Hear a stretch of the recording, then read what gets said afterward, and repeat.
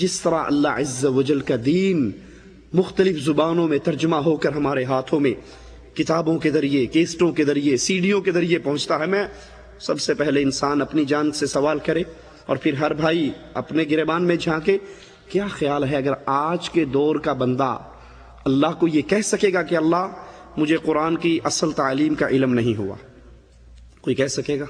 کیرلا کی زبان میں ترجمہ ہے، اردو میں ترجمہ ہے، ہندی میں ترجمہ ہے، پشتو میں ترجمہ ہے، کشمیری زبان میں ترجمہ ہے، دنیا کی بے بہا زبانوں میں اللہ کا دین وہ ترجمہ ہو کر ہمارے ہاتھوں میں پہنچ چکا ہے۔ اگر اب بھی ہم اس دین کو نہ مانیں اور اس دین پہ عمل نہ کریں، اس دین کی دعوت کو اپنے سینے سے نہ لگائیں، اسے قبول کر کے آگے اس کی دعوت کو نہ پھیلائیں، تو کیا کوئی ہمارا بہانہ اللہ کے دربار میں چل سکے گا؟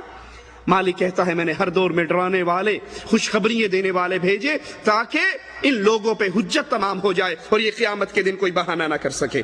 وَمَا نُرْسِلُ الْمُرْسَلِينَ إِلَّا مُبَشِّرِينَ وَمُنذَرِينَ، ہم نے اپنے رسولوں کو بھیجا، کیوں بھیجا؟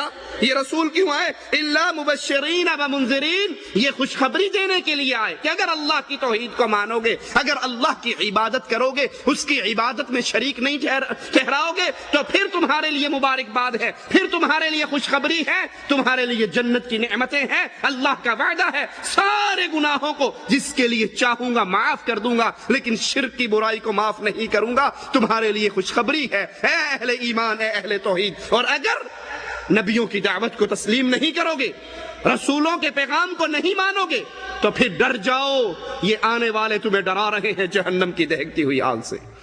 اسی لیے اللہ عز و جل نے رسول اللہ صلی اللہ علیہ وسلم کو اس دنیا میں بھیجا۔ نبی کی دعوت، نبی کے دنیا میں بھیجنے کا مقصد یہی اتمام حجت ہے کہ مجھ تک اور آپ تک اللہ کا دین پہنچ جائے، اللہ کی عبادت کے احکامات پہنچ جائیں، اور ہم اس پہ عمل کر کے اپنی آخرت کو سنوار لیں، اپنی قبر کو سنوار لیں۔ اور اگر ہم سیرت رسول علیہ السلام سے کنارہ کشی اختیار کرتے ہیں تو پھر یاد رکھیے یہی عمل ہمارے لیے جہنم میں جانے کے لیے کافی۔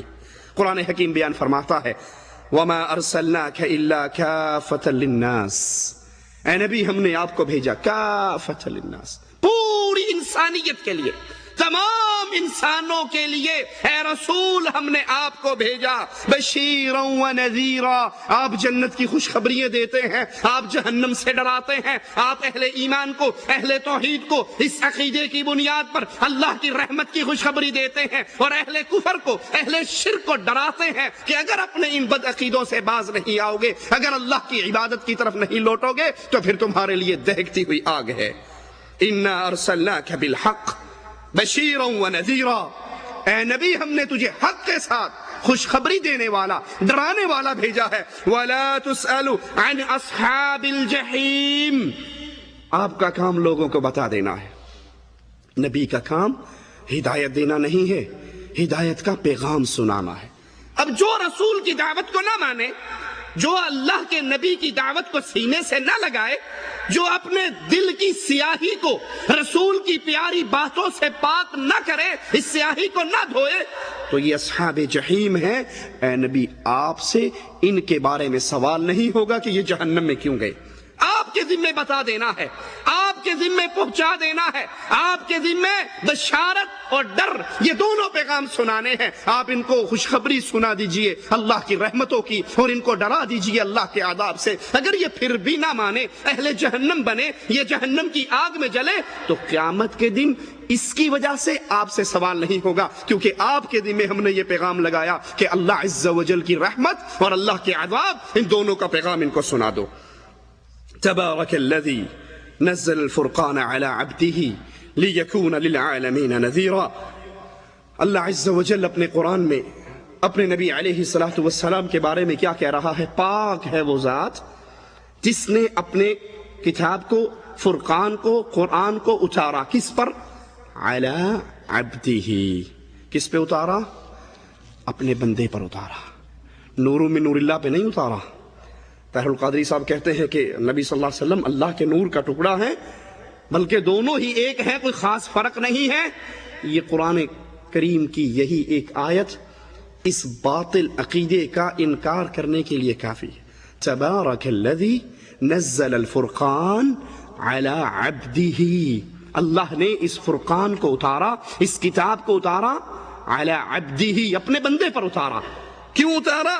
لیکون للعالمین نذیرا، تاکہ اس قرآن کے ذریعے پوری کائنات کو ڈرا دیا جائے، اس قرآن کے ذریعے اللہ کا پیغام توحید عام کر دیا جائے اور ڈرا دیا جائے۔ اگر اس پر ایمان نہیں لاؤ گے، اگر اس کی آیات کو نہیں مانو گے، تو پھر نتیجتاً تمہارے لیے جہنم کی وادییں ہوں گی اور جہنم کا عذاب ہوگا۔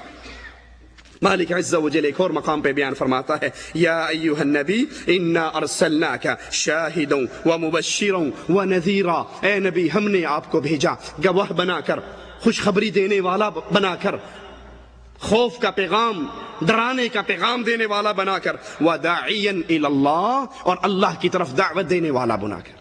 آپ اللہ کی طرف بلانے والے ہو، آپ داعی الی اللہ ہو، آپ لوگوں کا تعلق، لوگوں کے رشتے جو اللہ سے ٹوٹ چکے ہیں اس کو دوبارہ جوڑنے والے ہو، آپ لوگوں کی پیشانیوں کو جو غیر اللہ کے سامنے جھک چکی ہیں ان کو اٹھا کر اللہ کے سامنے جھکانے کی دعوت دینے والے ہو۔ آپ کی دعوت کا بنیادی نقطہ کیا ہے؟ لوگوں کو لوگوں کی عبادت سے نکال کر لوگوں کے رب کی عبادت کرائی جائے۔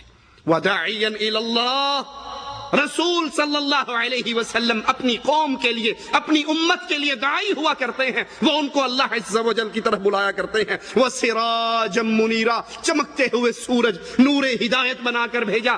آپ کی ہدایت سے لوگ اپنے سینوں کے سیاہیوں کو دھوتے ہیں، آپ کا پیغام سن کے اس راہ ہدایت پر چلتے ہیں جس سے شرک اور کفر کے سارے اندھیرے مٹ جاتے ہیں، ان کے سینے منور ہوتے ہیں، اور جب سینے میں ایمان داخل ہوتا ہے پھر قبریں منور ہوتی ہیں، پھر آخرت کا جہاں منور ہوتا ہے، اور اہل ایمان کو اللہ عز و جل صراط کے پل کے اوپر نور کی خوشخبری کے سرٹیفکیٹ سناتا ہے۔